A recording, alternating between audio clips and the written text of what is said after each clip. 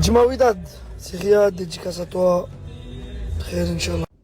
واش كاين احتماليه اننا نقدروا نشوفوا رياض محرز مع زياش في فريق الوداد البيضاوي؟ هذا دابا اكثر موضوع يتداول في منصات التواصل الاجتماعي خصوصا فيسبوك، وكاينين الناس اللي كتبوا مقالات قدهم قد السخط وكيهضروا على هذا الموضوع ديال ان رياض محرز يقدر يلبس قميص الوداد البيضاوي، اللي من افضل الفرق بطبيعه الحال في المغرب وفي افريقيا، وشرف اي لاعب في العالم انه يحمل هذا القميص هذا لانه الوداد الامه. ما علينا، نرجعوا للموضوع ديال رياض محرز. واش كاينه شي احتماليه ان اللاعب الاسطوري ديال المنتخب الجزائري ومن اساطير الكره الجزائريه ومن اساطير الكره الافريقيه انه يحمل هذا القميص؟ الاخوان لنكون منطقيين، اولا رياض محرز لعب في لو نيفو، الهو نيفو بحالو بحال زياش، غير هو رياض محرز الالقاب اللي دا اكثر من زياش. باش نكونوا واقعيين، رياض محرز كان من احسن اللاعبين ديال السيتي، وفاش كان مع مانشستر سيتي مع غوارديولا، ما ادراك ما غوارديولا، راه حصد القاب لا تعد ولا تحصى مع غوارديولا، وحصد كاس افريقيا مع المنتخب الجزائري، وكذلك فاش جا الفريق ديال الهلال السعودي حصد معاهم جوج ديال كؤوس اسيا، وعاد الدوريات ديالهم وداكشي. يعني هذا لاعب نقدروا نقول لك انه ختم كره القدم، بقات لي كاس العالم ويختم هذه الكره، بحال الشكل ديال حكيمي. عندنا حكيمي تا هو نفس البلان، ختم كره القدم بقات لي كاس العالم، هذا نفس البلان. فرياض محرز فاش وصل السن ديال 36 ولا 35 سنه على ما اظن، قرر انه يعتزل دوليا، قال لهم ان صافي هذا هو الماتش ديالي الاخر مع المنتخب الجزائري، وقال بواحد الحزن، ولكن بغى انه يخلي الصوره ديالو زوينه. قال صافي 35 سنه الله يجعل شي بركه، عطيت اللي عطيت صافي، دابا نمشي نشوف الكارير ديالي بروفيسيونيل، نمشي ندير لي شي بروجي شي بلان شي لعيبه. يعني هو لمح لهذا البلان انه حتى انه على صعيد الانديه صافي مابقاش باغي يلعب، راه دابا حاليا هو حر، مابقاش مع الهلال، مابقاش كيلعب معاهم. اراك لي دابا الموضوع المهم، واش هذا اللاعب يمكن لينا اننا نشوفوه في الوداد البيضاوي؟ واخا اولا هذا اللاعب هذا شحال كان كيتخلص من كان في الهلال؟ نصدمكم الاخوان، نصدمكم، كان كيتخلص العام 50 مليون ديال الاورو.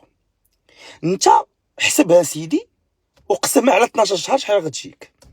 من غير هذا الشيء هو انه طيله هذا الوقت السيد كان عنده اشهارات، عنده معلنين، يعني بزاف ديال الامور، يعني السيد مولف الفوز بزاف.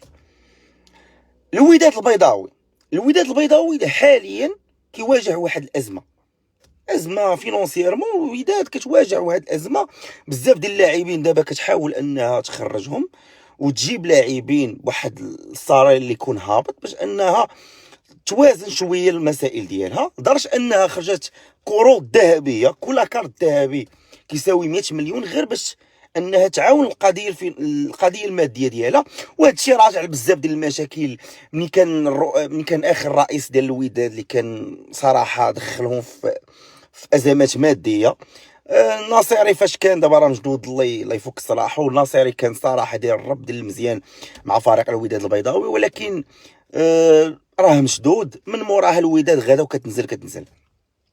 واش في نظركم رياض محرز اللي كان كيشد هذا المبلغ كامل، تخيلوا 50 مليون اورو، واش في نظركم ان الوداد تقدر تخلصوا هذا المبلغ؟ لا يمكن. راه زياش العام كيخلصوه مليون الاورو، مليون الاورو يعني تقريبا مليار ديالنا. يعني دابا تخيلوا معايا مليار ديالنا، ولات كتجيهم قاصحه القضيه ديال الزياش، اللي هما دابا كيفكروا انهم ما يبقاش يلعب معاهم، كيحاولوا انهم يديروا ليه شي ضريبه وما يبقاش، لانهم ما قادرينش انهم يعطيو هذا المبلغ كامل. وفي نظركم غادي ينوضوا، غادي يعيطوا، غادي يجيبوا الله انا شوف، لا مع المنطق راه لا يتقبل، راه ماشي كنطيحوا بقيمه فريق الوداد البيضاوي، ولكن هو ما يقدروش على انهم يجيبوا رياض محرز حاليا في التوقيت هذا، لان ماديا ما يقدروش على الصالير ديال هذا السيد. اي فريق الوداد البيضاوي فريق كبير، ولكن راه ما يقدروش على الصالير ديال هذا السيد هذا، لان هاد السيد هذا راه كيتخلص، راه غالي، الكاشي ديالو غالي بزاف. حنا ما كرهناش بطبيعه الحال اننا نشوفوا الدوري المغربي يجيب لاعبين كبار من طينه محرز وطينه ديال لعابه كبار، ولكن راه هادشي اللي كاين. هذا هو الواقع، خص الانسان يتقبل الواقع. محرز دابا حاليا راه صعيب، واخا تقول لي حقا وصل 35 سنه مي راه كيبقى محرز. راه قلت لكم في بدايه الفيديو هاد السيد عنده بالماريس، عنده باركور.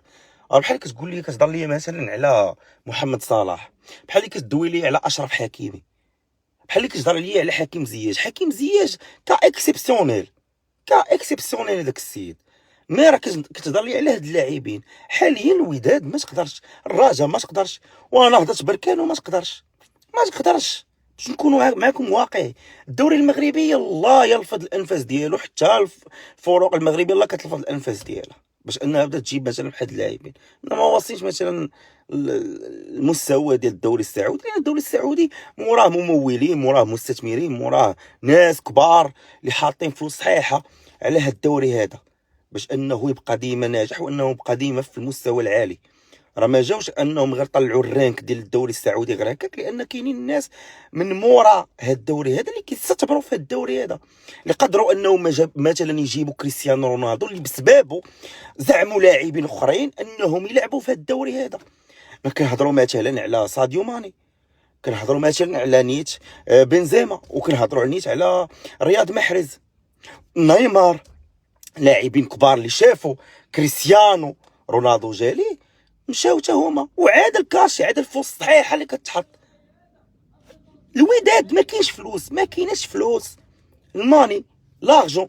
السيد واخا كيقول الوداد، حيت دابا هاد الاشاعات هادي ما بلاش، انا كتطلق اشاعات ولكن ما كايناش موراها واحد الدليل. ما يمكنش، راه بحال اللي كضحكوا على عباد الله، فهمتي؟ بحال اللي كضحكوا على عباد الله.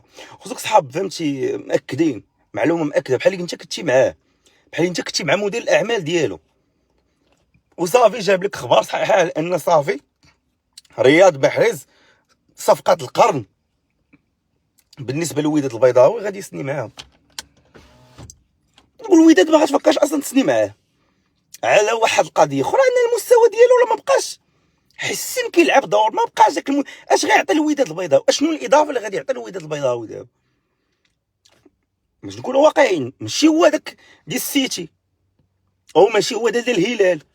محرز براسو فهمها، محرز فهمها، راه اعتزل دوليا، فهم انه صافي باغي يرتاح. عاد تجي الوداد وتحط الفلوس كامله، شنو غيعطينا محرز هذا اللي جبناه؟ نفكروا بها بهذا المنطق وبهذه العقلانيه، ما نبقاوش نخرفوا ونقولوا اي حاجه غير هكاك. عطونا الاراء ديالكم وتبارك الله عليكم.